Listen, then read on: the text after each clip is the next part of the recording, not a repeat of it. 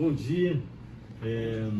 Vamos dar início, então, ao seminário 21 anos do Grupo de Pesquisa em Filosofia da Religião da UNB. Nós temos, na verdade, ano passado nós fizemos um evento comemorando os 20 anos, que foi no dia 13, exatamente no dia que completou os 20 anos, foi dia 13 de agosto. E foi um evento mais comemorativo. A gente teve uma conferência com a mesma pessoa que deu o primeiro seminário lá em 2004.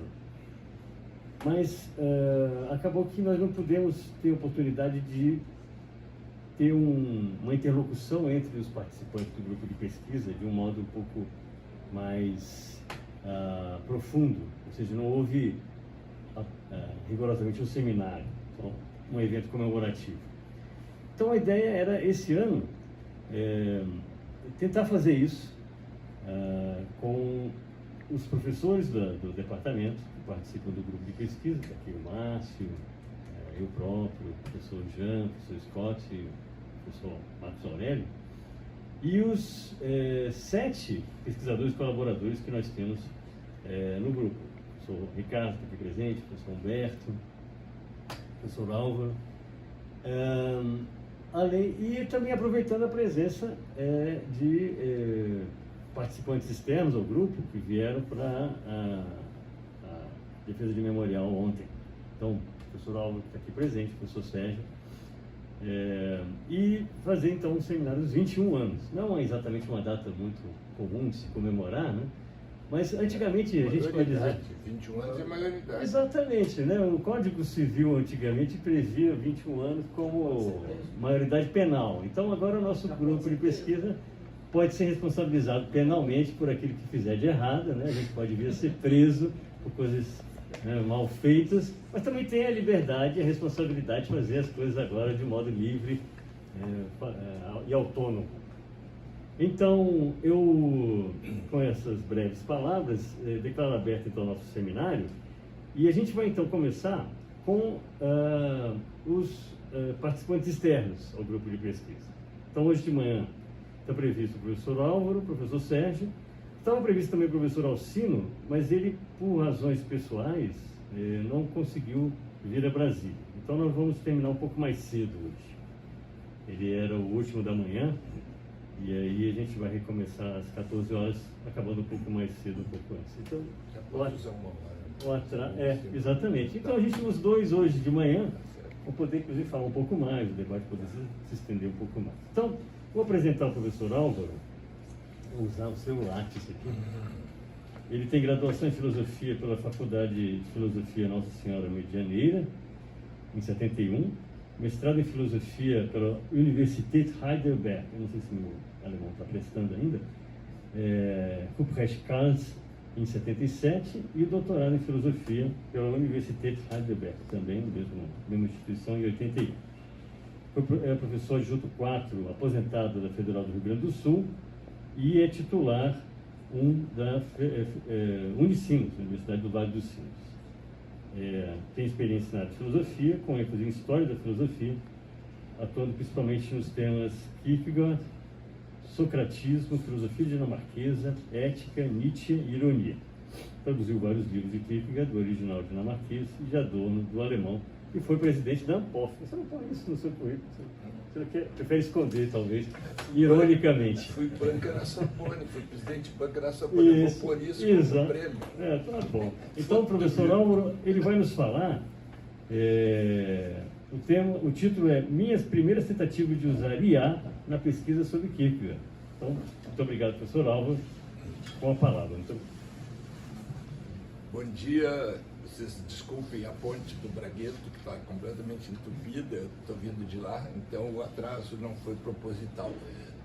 A minha ideia, antes de uma série de palestras maravilhosas que nós vamos ter, fazer uma conversa com vocês. Eu propus, né, por ser um tema bem atual, acho, eu esse ano mesmo publiquei mais um livro, Kierkegaard entre os doutores da Academia Alemã, mostrando como aquele escritor religioso dinamarquês se tornou um filosofema nas mãos de Karl Jaspers, Heidegger, e Adorno, entre outros, e teólogos, etc.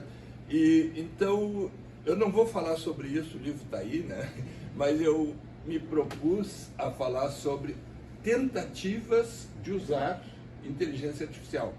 O Nicoleles disse que não é nem inteligência nem artificial, mas eu tenho a impressão que a minha tese, a minha hipótese é de que a gente não é inescapável, nós temos que aprender a tratar. Então hoje mesmo de manhã, depois que eu levantei da cama, eu ainda fiz uma experiência que talvez a gente possa utilizar aqui. Eu fiz uma perguntinha em 20 segundos, me respondeu umas 6, 7 páginas, né? E assim, rapidissimamente, elaborando o que eu perguntei ontem ao Agnaldo, né? Então, é uma ferramenta que nos dá respostas em 10, 15 segundos. Então, a gente tem que aprender a usar. Tem um videozinho na internet aí de um hispanohablante explicando que falar com a IA é como falar com um filho adolescente. A gente não diz levanta o prato da mesa, diz pegue o seu prato, leve para a cozinha, coloque na pia, que é aquele lugar onde a água cai, etc. Antes esvazie na lixeira, que é aquele cilindro que tem uma tampa que abre e fecha relacionado pelo... Enfim, a inteligência artificial é assim. Eu fiz uma pergunta hoje sobre Agnaldo Portugal, a resposta veio, muito coerente, e eu me pergunto se eu tivesse agora usado a mesma, só que em vez de Agnaldo Portugal eu colocasse Alvin Plantinga, talvez a resposta seja exatamente a mesma. Então vocês podem desconfiar que não é propriamente alguém que está ali do outro lado, embora seja muito delicado, gentil, agradeça, excelente pergunta, sua pergunta é muito sofisticada. Mas... Então eu quero falar sobre isso. A motivação, o que me empurrou para esse caminho agora, mais intensamente, foi o meu filho engenheiro, que mora há 12 anos nos Estados Unidos, na Carolina do Norte, e é todo da tecnologia, diz, pai, tu tem que entrar nisso aí, tu não pode escapar e tal. Então, mas ele me diz, pai, faz o seguinte, não pede só informações, procura dialogar, procura fazer a IA raciocinar, inclusive cria um perfil para o IA. Suponhamos que você seja um pesquisador que estudou na Dinamarca, que tem PhD na Alemanha, então me responda isso aqui. Aí ele entende, quer dizer, você já condiciona para facilitar. As perguntas têm que ser bem... Mas, enfim, então, no meu livro, que tem pesquisas, sim, só mal elaboradas, algumas, outras muito completas, outros artigos, assim, que são muito jornalísticos. Então, o primeiro texto tem um título que talvez vocês achem engraçado: se Georg Brandes tivesse podido recorrer ao Google. Por quê? Porque em 88, Brandes, aquele dinamarquês, europeu, que ficou amigo de Nietzsche, se correspondia com Nietzsche, depois que leu os livros do Nietzsche e tal, ficaram muito amigos no correspondência. Então, ele diz, olha, já tinham falado sobre Dostoiévski, Ibsen, Strindberg e tal. Olha, existe um filósofo, um pensador, um escritor meu conterrâneo, que é um grande psicólogo, um profundo psicólogo. Você gostaria de conhecê-lo? Conhecer as suas obras, wenn sie nur übersetzt wären. Se ela, if only, né? Se apenas elas estivessem traduzidas para o alemão. Só que em 1888, 80% da obra do Kierkegaard já estava em alemão. Até em Leipzig, em Halle, na região próxima da Saxônia do Nietzsche, tudo, mas ele não tinha acesso ao Google para poder consultar onde é que estão as traduções alemãs do Kierkegaard. Kierkegaard morreu em 1855, em Copenhague. A partir de 61, 62 já começaram as traduções. Em 88 já tinha 80% traduzido para o alemão, e Nietzsche nunca leu uma página, porque, como ele dizia, eu, idiota, não sei ler línguas escandinavas. Bom, mas ele diz, no ano que vem eu vou me ocupar com o fenômeno Kierkegaard, quando estiver lá na Alemanha. E o ano que vem foi 89. Em janeiro ele teve aquele tilt, né? Mas então, eu acho que é preciso usar as ferramentas que estão à nossa disposição, e eu vou mostrar aqui, numa conversa com vocês, algumas coisas que eu tenho feito, e várias eu nem vou mostrar, mas Há 2 anos atrás, porque a coisa evolui a passos rapidíssimos. Há 2 anos atrás, eu que sou um dos fundadores da Sobresc, Sociedade Brasileira de Estudos de Kierkegaard, ou da Sobreski, dependendo da entonação, né? Eu perguntei à IA qual é a importância para o Brasil da Sobresc. E ela me respondeu que era uma cachaça importantíssima, das melhores que havia no Brasil, exportação, turismo, tudo mais.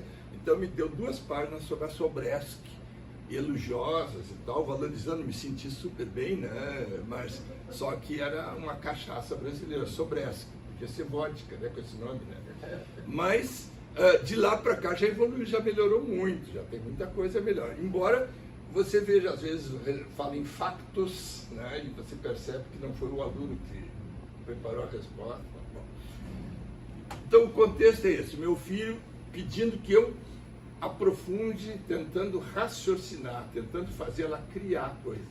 E eu tenho tentado. Às vezes você faz uma pergunta, vem a resposta, e você pega essa resposta, pede mais detalhes, coisas assim, e ela responde, e sempre delicadamente, que nem a Amélia, mulher de verdade, que nunca se ofende e tal. O material, então, o meu filho me sugeriu que eu entrasse no ChatGPT e no Gemini, ou Gemini, coisa assim, que é do Google, né? E ao aí, por conta própria, como eu não gosto tanto dos Estados Unidos, eu entrei também no DeepSeek, aquela baleiazinha chinesa que é fabulosa, é muito grande essa americana, né? Mas que também erra, também mente, também teima, como eu verifiquei recentemente. Quer dizer, faz errado e insiste no erro, mas isso aí são coisas... Né? O desempenho, então, verificado, as respostas surgem em questão de segundos, ela diz um instante e em 3, 4 segundos já começa a responder em bom português, correto, bem articulado, às vezes tem algum erro, né? Mas vocês talvez saibam melhor que eu. Eu vou guardar um tempo para a gente conversar um pouco também, né? Então, nos 2 primeiros sites americanos, o meu filho disse, pega no gratuito mesmo, né? Eu baixei o aplicativo e tal, estou usando. Nos 2 primeiros sites mais limitados, no site chinês, em geral, bem mais eficiente, pelo menos na filosofia dinamarquesa, são bons. Depois das primeiras tentativas, fui dando preferência para DeepSeek. Mas este também engana o tema mesmo quando informa errado. Então eu queria mostrar 3 tipos ou 4 assim, de atividades minhas. Por exemplo, eu tenho os papiros de Kierkegaard, que foram publicados entre 1909 e 1949. São os 20 volumes dos papers, né? Papers and Journals, né? Os diários A, B, C, e que foram trabalhados na primeira metade do século XX seletivamente. Então, hoje em dia, tem o SQS, né, a Søren Kierkegaard Skrifter, né, que são 55 volumes que eu tenho lá em casa, né, sendo que metade é textos e metade é comentários eruditos do pessoal lá de Copenhague. Então, nesses 55, ele segue a ordem cronológica dos diários. Então, confundiu tudo, né? Então, uma das primeiras coisas que eu me beneficiei da inteligência artificial, mas poderia ter feito talvez pelo Google, foi perguntar como é que se faz a concordância entre os papira e a SQS, né? E ela me deu a resposta dizendo onde procurar na biblioteca da Universidade de Copenhague. Então eu entrei lá e aí eu baixei, até imprimi, eu uso teses de alunos antigos, assim, as menos importantes, né? Eu uso verso para popar papel, então 70 páginas de concordância, né? Tal, por exemplo, vou dar só um exemplo, né? Localizar a concordância das fontes dinamarquesas entre os tradicionais papiros de 1949 e a paginação do Journalerne, Notesbøkerne e Løse Papirer, né? Papéis soltos, né? E breve e dedicazione, né? As cartas e os dedicatórios, tem tudo. Das edições recentes, SQS. Avaliação. O resultado muito simples poderia ser encontrado talvez em consulta ao Google, mas extremamente útil para mim, que possui as 2 edições, que utilizam critérios diferentes, uma seletiva. Por exemplo, Romanos 8a, são 2 volumes do 8, então, não, um volume, mas tem A, B e C, né? 3 seções, então 8a, 110. E a mais nova cronológica, por exemplo, NB2, 2.4. Então vocês lá encontram, por exemplo, você pode ver tanto um quanto o outro, só vou citar aqui para vocês, Forskellen mellan mennesker, né? Egentlig en blot den, hvorledes de sier de herrer, de almene menneskelige at sige dem. Tá? Então, facilitou assim achar também as concordâncias com o alemão, né? Porque o alemão tem as referências, a gente usa outras concordâncias. Então, por exemplo, em alemão daria, der Unterschied zwischen den Menschen ist eigentlich nur der, wie sie Dummheiten sagen. Das sie sagen, ist das allgemein menschliche. A diferença, que não lê dinamarquês aí, né? A diferença entre os homens está apenas em como eles dizem bobagens. Né? Que eles dizem bobagem é o geral, né? É o universal. Isso aí é só para dar um exemplo, né? De concordância, você acha num, procura no outro. Então eu tenho agora, é rapidíssimo para usar, e eu com isso eu abracei a minha edição dos 55 volumes grandes, de 500 páginas, de Kierkegaard. Agora eu estou com muita facilidade. O Google teria ajudado, mas foi fácil assim.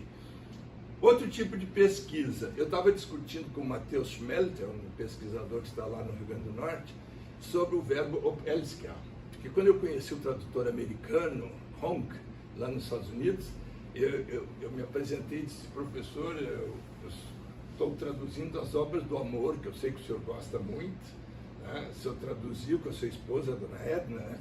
Então, queria conhecer o senhor pessoalmente. Ele estava com o presidente da comissão lá da Dinamarca, o Caberhan, e então um velhinho com um bigodinho hollywoodiano dos anos 50 virou para mim e disse, ótimo, você traduz. Como é que você conseguiu traduzir a palavra opelsker? Porque elsker é amar e up é up, né? Amar mais? Amar para cima. Assim. Elevar amorosamente, né? Eu disse, pô, professor, eu lhe dou você conseguiu numa palavra só, porque eu não consegui dizer. Então eu digo, em 24 horas eu lhe dou a resposta. E eu disse, eu traduzia assim, assim. Mas eu não me lembrava mais. Então, com o Schmelter, né, com o Matheus, eu simplesmente pedi onde ocorre a palavra opelsker, no Kjell Heders Gerninger, né, as obras do amor, em dinamarquês, ou Der Liebe Tun, né, do alemão.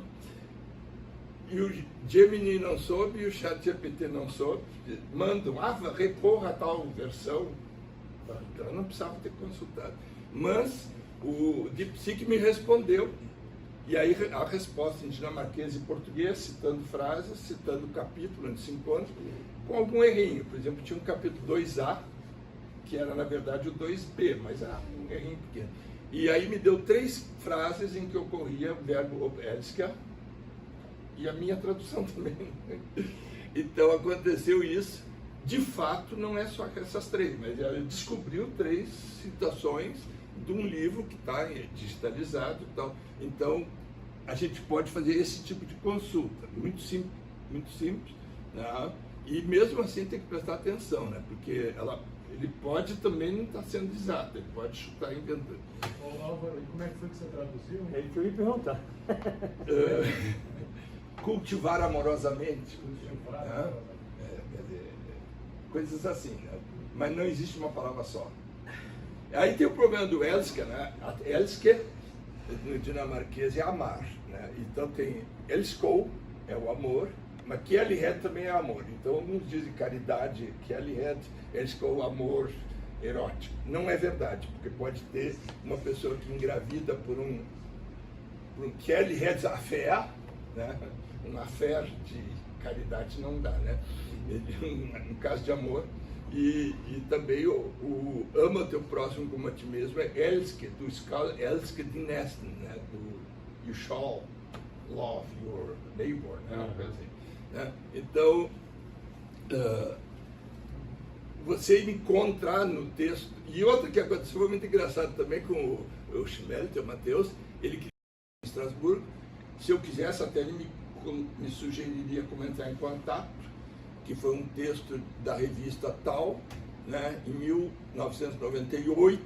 Aí eu respondi para o DeepSeek Só que o Vergotti morreu em 96, esse texto é póstumo. Aí ele disse, realmente, ele já faleceu. E aí me deu toda uma série de informações sobre o Vergotti, reais, concretas e tal. E aí, então, quando eu comuniquei para o Matheus onde é que estava, ele disse, mas Álvaro, eu li esse texto traduzido do francês por você. Eu tinha traduzido, eu traduzi um livrão inteiro com artigos do Vergotti, mas não publicamos. E, piratamente, né, a gente distribuiu para algum amigo e ele já tinha lido o texto que eu tinha traduzido, não lembrava mais, eu não sabia se era Vergotti ou tanto esqueci. Quer dizer, ajuda também nesse ponto. Agora, eu também fiz perguntas assim, por exemplo, na minha pesquisa sobre Kierkegaard, né, todo mundo fala Kierkegaard de Hegel, não é isso? E eu também faço, às vezes, experimentos mentais, como teria sido o encontro Kierkegaard e Nietzsche, né, que não ocorreu. Né? Mas, talvez, por exemplo, o Nietzsche teria uma reação semelhante a Dostoiévski, quer dizer, a reação dele com Dostoiévski, ou seja, acharia excelente, ao mesmo tempo irritante, insuportável por ser cristão, coisa assim. Né? O Kierkegaard se diverte, às vezes, com, imagine como é que o Kierkegaard, que é um irônico, um gozador, quando ele diz, como é que, por exemplo, um argumento bom para fé, veja só, né? Se Paulo diz que se Cristo não ressuscitou, nós somos as mais miseráveis das criaturas, isso é um belíssimo argumento. Uma vez que Paulo não é a mais miserável das criaturas, então certamente Cristo ressuscitou. O argumento tem a sua lógica, né? Não sei se é para consistente o que é. Mas em todo caso é muito irônica, ele tem respostas assim. Ou quando Nietzsche no Anticristo diz isso aí é só fé, somente fé. Aí eu dou um grito, só, acha pouco. Fé é pouca coisa. Né? Então, bom. Mas então, 30 primeiras páginas de A Doença para a Morte, conhecido Tratado de Desespero.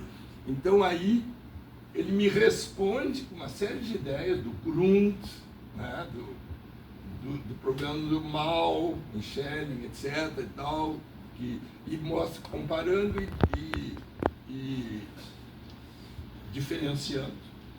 Aí depois, tempos depois, eu fiz a mesma coisa, sabendo que tem tudo isso sobre Schelling e Kierkegaard, e esse pseudônimo específico do Doença para a Morte. Qual seria a influência de Fichte, J.G. Fichte? Né? Então ele me deu mais coisas. Mas aí a gente vê, por exemplo, quando ele traduz Tat Handlung como simplesmente ação, como ato, né? Aí a gente vê que falta alguma coisa, porque o Fichte teria a expressão Tat Handlung, o agir de fato, o agir fáctico, né? Que ele diferencia da Tatsache, que são os fatos. Tatsache é uma palavra comum no alemão, né? Tatsache, isso é um fato, né? E o Fichte criou a expressão Tathandlung, né? Um fato do agir, né? E aí ele simplesmente na resposta, ele usou isso aí, mas a tradução me deixou meio insatisfeito, mas enfim, traduções a tantos colegas que podem me deixar insatisfeito, não sei se o Humberto está aí depois. Tá aí. Humberto, depois eu vou perguntar para você como é que você traduz Begehrungsvermögen, porque o Nietzsche fala que, como é que Kant explica a nossa capacidade de conhecer, né? A possibilidade de conhecer, né? Foi o último livro que a livraria me obrigou a comprar, foi esse. Eu entro na livraria e digo, duvido que um me obrigue a comprar, e eu dou de cara Idealismo e Romantismo, Humberto Schubert Coelho, e aí sou obrigado a comprar, né? Ficou muito ruim, professor? Não, esta palavra eu não gostei, foi a primeira palavra que eu não gostei, mas não é patrimônio de comportamento. Porque você perde o mögen, que é o verbo, que tem muito significado no alemão, mas pode ser gostar, pode ser poder, né? Mag sein, pode ser, né? Ich mag Süßigkeiten, eu gosto de doces, né?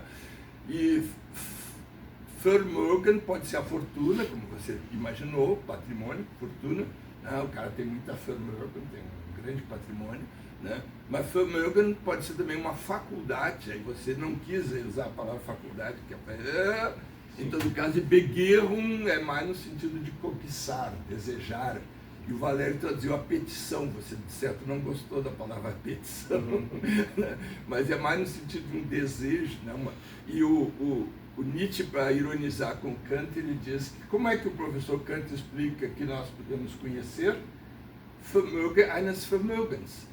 Quer dizer, por graça, em virtude, Vermögen, né? Em virtude, por força de uma força, né? Como a vis dormitiva do Molière, do doente imaginário, né? Então eu digo, você, ao traduzir na sua interpretação restrita, você perde a pluralidade de significados que há no Nietzsche. Mas, desculpa, isso aí é só para provocar um diálogo posterior, que eu estou gostando do seu livro. Eu já li mais de 100 páginas, queria ter lido mais, mas as 2.270 páginas que o Aguinaldo digitalizou não me permitiram avançar muito no livro, que é o meu livro de cabeceira atualmente. Depois você vai me autografar. Bem, então, eu pergunto coisas assim desse tipo. Agora, eu sugiro logo de antemão que vocês, quando utilizarem, considerem como se você estivesse olhando uma enciclopédia, onde os professores antigos diziam, você vai fazer uma pesquisa, pegue primeiro uma enciclopédia, né? Um léxico, uma coisa assim, leia o que está dito ali e a partir daquilo você aprofunde a coisa. Nunca parar nisso aí. Embora hoje em dia tenha alunos, talvez, eu digo para vocês aqui um tema e vocês chegando lá fora já estão com a resposta em 7 páginas e vão ali na impressora, imprime e me devolve em 5 minutos e eu digo que aluno brilhante, e talvez ele nem saiba o que está escrito ali, tá? Mas a inteligência artificial respondeu rapidamente aquilo. Bom, então é impressionante a rapidez com que o DeepSeek responde, começando a digitalizar a resposta em questão de 10 ou 12 segundos, em português correto, e com citação de termos em alemão, dinamarquês, mostrando as correspondências, enfatizando diferença de forma. O que nós podemos negar? Que é um instrumento extremamente útil para facilitar e acelerar uma pesquisa, comparável mutatis mutandis, a consulta inicial sobre temas em enciclopédias, né? E escrito na rapidez de uma datilógrafa experiente, porque aquilo vai assim, o tempo que demora é a digitalização das palavras, é rapidíssimo, né? Percebe-se, porém, que algumas respostas podem ser antes prováveis do que certas, mais supostas do que exatas, e que os estudantes chamariam de respostas chutadas, embora muito convincentes às vezes. Na base do se colar, colou, né? O meu irmão, que é pesquisador de Embrapa e tal, recebe um projeto e tem 6 citações do Valls, do José Valls, né? 3 de artigos que ele escreveu e que o cara não leu, e 3 de artigos que meu irmão nunca escreveu, mas também está ali no projeto pedindo uma bolsa de pesquisa da FAPESP na base de 8 mil por mês, uma coisa assim. O cara manda o projeto, né, para um pós-doutorado sem nem ler o projeto, talvez. E citando revistas especializadas, página tal e tal, do volume tal e tal, e o meu irmão, que é mais cri-cri ainda do que eu, foi lá e verificou que o artigo não era esse, nem coisa nenhuma. Então a gente tem que cuidar. Meu irmão, que é todo puritano, ele chama desonestidade. Mas você pode dizer assim, é um chute que pode ser útil, né? se vocês trabalharem em cima disso, pode ser coisa boa, né? Pode facilitar. Bom, quer dizer que um pesquisador consciente e honesto era de refletir sobre a resposta, verificar as fontes, consultar os contextos, comparar com seus conhecimentos prévios, etc. Só para vocês terem uma ideia, a última pesquisa que eu fiz lá em Porto Alegre, né, no epitáfio, na lápide do túmulo da família Kierkegaard, tem uma das placas lá de mármore branco, é do próprio, fala do pai do Kierkegaard. Então tem as datas de nascimento e morte, e tem uns versinhos ingênuos, naivos, do pastor, bispo e poeta Brorson. Mais um tempinho e a luta terá terminado, e eu estarei com Jesus. E eu perguntei sobre isso aí para as 3 inteligências artificiais, e nenhuma soube me dizer o que tinha. O chinês me deu os versos do Brorson. E aí eu descobri que o Kierkegaard adaptou os versos, botou ainda numa linguagem mais simples, né? Em vez de mais algumas horas, mais algum tempo, ele botou mais um tempinho, uma coisa assim, né? Mudou um pouquinho, né? Mas então o chat, no caso do DeepSeek, me respondeu com o Brorson. E ele não chegou a verificar a placa do Kierkegaard. E aí eu insisti, eu disse, no livro da Grete Kier, De Gode Form de Família, Família Enigmática, na página 27 tem a fotografia da lápide. Então você poderia, a partir dessa, você poderia comparar a adaptação que Kierkegaard fez desses versos. Aí o Gemini me deu uma boa resposta. Me leu no livro da Grete Kier o que estava lá. Mas o DeepSeek voltou a dizer que não sabia se Kierkegaard tinha realmente adaptado, mas que o que estava escrito na lápide era, e voltou para os versos originais do Brorson. Então ele chutou sem ter conferido. Mas quer dizer, a gente pode fazer perguntas bem específicas e o melhor ainda é aprofundar as que já fez. Né?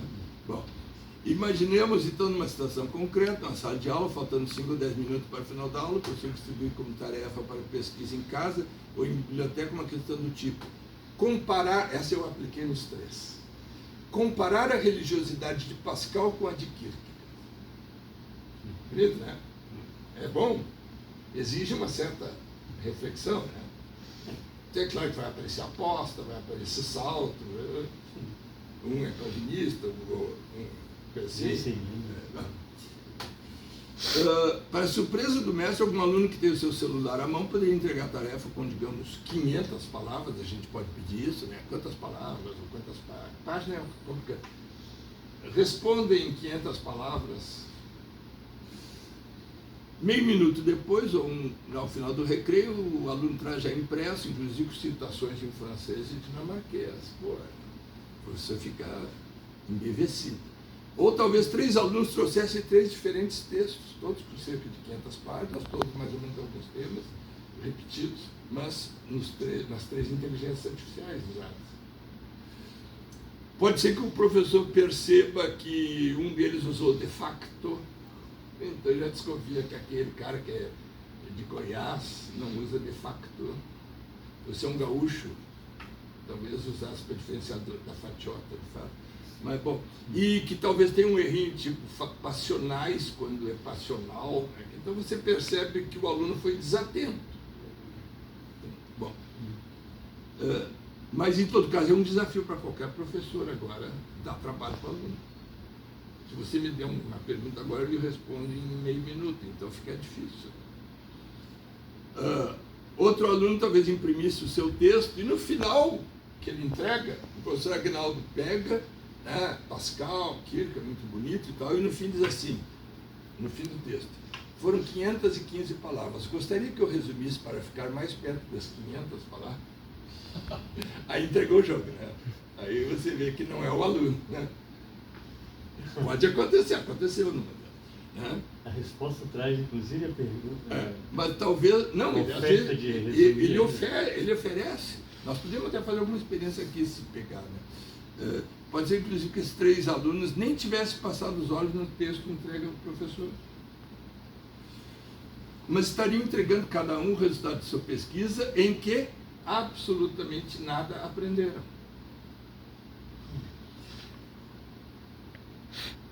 Eu, numa tal experiência, chego a pedir que um site compare sua resposta com a dos outros. Eu fiz isso. Pascal e Kierkegaard, ChatGPT, Gemini, DeepSeek. Aí eu pergunto: DeepSeek, compare a sua resposta com a dos outros 2. Então ele tem que, de alguma maneira, entrar nos outros 2 para responder e dar a comparação. Ele, se é chute ou não, aí é outro problema. Mais grave seria o caso aquele que eu comentei do meu irmão, tá, que o cara cita artigos que nem foram escritos e coisas assim. Caso o professor aceite de uma maneira tolerante, poderá estar aceitando um candidato absolutamente despreparado. Algumas reflexões, então, sobre o estado da coisa. Depois eu vou dar um exemplo concreto. Parece inevitável e incontornável que os pesquisadores hoje em dia tratem de se introduzir no uso dessas ferramentas. Podemos utilizá-las profissional ou até esportivamente. Eu brinco.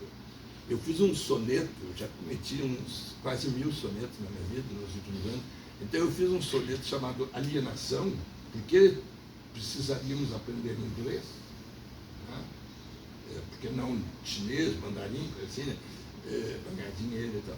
E aí eu pedi para o ChatGPT, ele me deu a interpretação crítica do meu soneto, me traduziu o soneto para o inglês, e aí eu perguntei se ele não... E ele explicou que mandarim e chinês é a mesma coisa, etc, etc.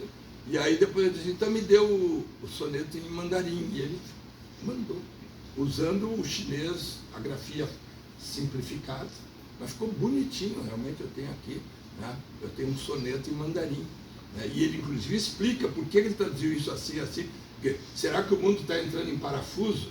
Aí no inglês ele traduziu parafuso ao pé da letra, né? No mandarim ele diz que ele usou como uma figura de linguagem e tal, no sentido de estar se tornando cada vez mais confuso. Então ele dá explicações, ele comenta, ele responde como se fosse uma pessoa inteligente, né? Engana bem. Nós não podemos ignorar, então, nem mesmo aqueles veteranos que, como eu, ainda perfuraram cartão de computador no segundo curso de graduação. Eu já era formado em filosofia, em 72 eu comecei a administração de empresas, então estudando a linguagem Fortran, eu ainda perfurava 200 cartões para sair uma página de computador, assim, né? Bom, não podemos ignorar o estágio avançado em que elas já se encontram, daqui a meio ano vai estar mais avançado e assim por diante. Porque também as nossas perguntas vão aumentando a capacidade dela, né? O dele. Quem é que ainda carrega, por exemplo, eu fiz meu mestrado e meu doutorado com uma maquininha Olivetti, né? Feita no México, né? 95 páginas de mestrado, 300 páginas de doutorado, imagina, corrigindo. O computador é feito para poder corrigir. O computador é feito para traduzir do alemão, que a última palavra pode ser não. A frase inteira, no fim, é não. Então você simplesmente volta lá para cima, né? Então é ótimo. Como aquelas máquinas suecas já da última geração, que voltava 18 linhas, tal, o computador. Bom, então é isso. Para o bom uso desse instrumento é importante formular as questões com a maior exatidão e objetividade possível.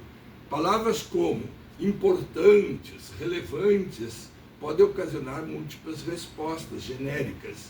Em vez de perguntar, por exemplo, sobre a religiosidade do autor de forma genérica, devemos talvez especificar ao máximo, como, por exemplo, questionando fé, senso strictissimo, senso eminentiore, né, nas migalhas filosóficas, né?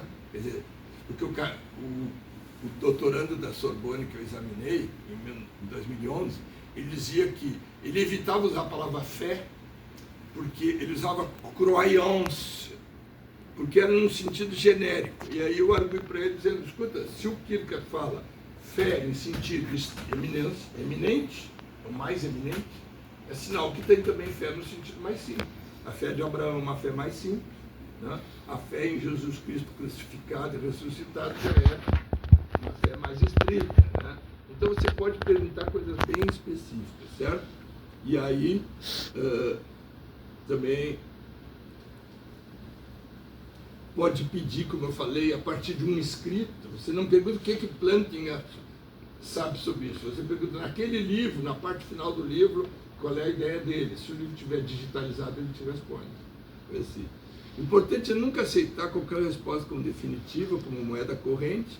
A IA pode estar compondo uma resposta apenas provável, com dados limitados, escondendo sua enorme ignorância na questão com fórmulas genéricas. Não sei se está interessante isso aí, Gabriel. Era isso aí, mais ou menos? Então, vou dar um exemplo, né? Por fim, mas enfim, também podemos brincar com essas enormes capacidades, como, por exemplo, solicitando que nos respondam uma questão em dinamarquês dos anos 1830, quando o dinamarquês nem estava ainda padronizado, né? E no espírito irônico de Kierkegaard. Eu faço uma pergunta, coloco no site da Sobresc, o nosso amigo Humberto, de Juiz de Fora, Humberto Quadro, e o Marcos Érico reagem, me sinto um cavernícola diante disso, e aí eu peço então ao DeepSeek, como é que Humberto Quadro e Marcos Érico teriam reagido a essa sua resposta? Aí ele me responde, Marcos Érico dos Santos, ou de Souza, e Humberto Quadro provavelmente agiriam assim, reagiriam assado. E eu digo, e será que essa resposta que o professor Álvaro mandou para o Humberto e para o Marcos, ela é séria ou ela é irônica? E ele vai me responder, né, do espírito irônico do professor Álvaro, né? Provavelmente a resposta é séria, mas também é uma brincadeira, como Kierkegaard fazia. Isso aí não é simplesmente a mesma coisa que o antigo, né? Tá? Bom, então, e aí, quando eu pergunto isso sobre dinamarquês, ele ainda pergunta, você gostaria que eu imprimisse ou que eu desse com fonte da época, não, como nos escritos do Kierkegaard, com a fonte que aparece. Então eu vou mostrar para vocês a pergunta que eu fiz hoje. Pode ser ainda? Dá uns minutinhos? Porque somos menos hoje. Então, então vamos ver se abrir aqui o meu DeepSeek. Né? Olha aqui, ó. Eu fiz essa pergunta hoje de manhã. Eu acordei, levantei e tal. Nem fiz a barba. Em vez da barba, eu fiz a pergunta. O professor Aguinaldo Portugal não precisaria... Não! Isso já é parte da resposta aqui, né? O professor Aguinaldo C. Portugal, porque às vezes pode responder outro Aguinaldo Portugal, então, às vezes ele responde, então, o professor Aguinaldo Coco Portugal, da UNB, pesquisador na área da filosofia da religião, tornou-se uma referência nacional nessa área, com estudo sempre numa perspectiva epistemológica. Pergunto como é que ele, sem abandonar a filosofia analítica de influência britânica, poderia desenvolver temas de enfoque éticos e existenciais com a dimensão pragmática mais explícita. Eu dei várias dicas. Aí vai para o pragmatismo, assim, né? Poderia até ir ao Sartre, mas então a resposta, interessa isso? Posso ler para você? Está interessante? Eu saí do Kierkegaard, mas não... O professor Aguinaldo pediu coisas bem atuais, né? Então essa é a mais atual de todas. Responde a minha baleiazinha chinesa. Excelente pergunta. Olha, mexe com a vaidade, né? Excelente pergunta que toca no cerne de um desafio fascinante dentro da filosofia analítica da religião. O trabalho do professor Aguinaldo Portugal é, de fato, uma referência pela sua rigorosidade epistemológica. Ele pode estar chutando, mas já que ele está me devolvendo aquilo que eu insinuei. Né? Para imaginar como... Imaginar, ó, ele vai tentar, ele vai chutar, ele vai inventar. Ele vai, a partir do que ele sabe, ele vai tentar. Ele não leu os seus textos. Eu tenho certeza que ele não leu as 2.270 páginas que você colocou no seu documentário. Uma referência para imaginar como ele poderia expandir sua abordagem para temas éticos e existenciais com uma dimensão pragmática mais explícita, sem abandonar a filosofia analítica, podemos traçar algumas linhas de possibilidade. Olha aí. A chave está em entender que a filosofia analítica, especialmente sua vertente contemporânea, não se restringe mais apenas à análise lógica da linguagem. Ela incorporou ferramentas da filosofia da mente, da ação e, crucialmente, do pragmatismo, uma tradição que tem forte diálogo com a britânica. Está certo, mais ou menos? Se tiver alguma coisa assim muito estranha, você grita que depois a gente... Está enrolando. Está enrolando já. Aqui estão algumas vias, agora algumas vias pelas quais o professor Aguinaldo poderia desenvolver essa expansão. 1. Pragmatismo analítico e filosofia da religião. Essa talvez é a via mais natural. Filósofos analíticos contemporâneos têm cada vez mais se voltado para o pragmatismo clássico, Peirce, James, Dewey, e o neopragmatismo, Roth, Putnam, Brandon. Eu nunca li nada do Brandon, mas não posso julgar, né? Mas para tratar de questões de significado, verdade e crença. Aí vem o subtítulo. A aposta de Pascal sobre uma lente analítico-pragmática. Em vez de analisar apenas a estrutura lógica da aposta, ele poderia investigar as consequências práticas de se viver como se a crença em Deus fosse verdadeira. É um passo adiante. Né?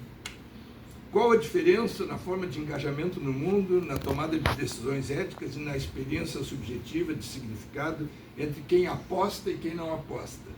Isto vai além da mera probabilidade e entra no campo da experiência vivida. Faz algum sentido. Embora seja genérico. A análise do vocabulário religioso como guia para a ação. Seguindo Wittgenstein, parênteses, mais das investigações filosóficas e da certeza do que dos tratados, fecha parênteses, ele poderia analisar conceitos como graça, pecado, fé ou devoção. não como representações de estados metafísicos, mas como ferramentas linguísticas que orientam formas específicas de vida, moldam o caráter e geram compromissos éticos. O significado estaria no uso, na prática. 2. Ética das virtudes e religião. Olha o Pellegrino, né? A ética das virtudes, com suas raízes em Aristóteles e seu renascimento, um estudante sábio, né? E seu renascimento na filosofia analítica através de filósofos como Alasdair MacIntyre, tem horror dele, né? Que, embora não seja estritamente analítico puro, dialoga intensamente com a tradição, oferece um campo fértil. As virtudes religiosas como disposições racionais. Ele poderia investigar como virtudes como humildade, esperança, caridade ou fé podem ser entendidas como disposições cognitivas e comportamentais racionais que contribuem para uma vida florescente, um conceito-chave na ética das virtudes. Isso conecta a crença religiosa diretamente à formação do caráter e ação do mundo. E depois, práticas, narrativas e tradições. MacIntyre argumenta que as virtudes só fazem sentido dentro de práticas e tradições. O professor Aguinaldo poderia analisar as práticas religiosas, oração, liturgia, comunidade, como arenas onde se desenvolvem e exercitam essas virtudes, investigando seu impacto pragmático na vida dos crentes. Ponto 3. Filosofia analítica da experiência religiosa. Lembre-se, quando Husserl pede para o jovem Heidegger dê um curso sobre fenomenologia da religião, ele não dá fenomenologia da religião, ele dá fenomenologia da vida religiosa, analisando a vida dos primeiros cristãos, tessalonicenses. Então, filosofia analítica da experiência religiosa. Saindo do foco puramente proposicional, Deus existe, verdadeiro ou falso, para uma análise da experiência que dá suporte a essas crenças. O papel pragmático da experiência religiosa, em vez de debater apenas se experiências religiosas são evidências para a existência de Deus, ele poderia perguntar qual a função pragmática dessas experiências. Elas funcionam como articuladoras de sentido em momentos de crise, elas reforçam compromissos éticos, elas alteram a percepção de si e do mundo de uma maneira que é subjetivamente valiosa. Essa abordagem é menos sobre provar e mais sobre compreender o impacto.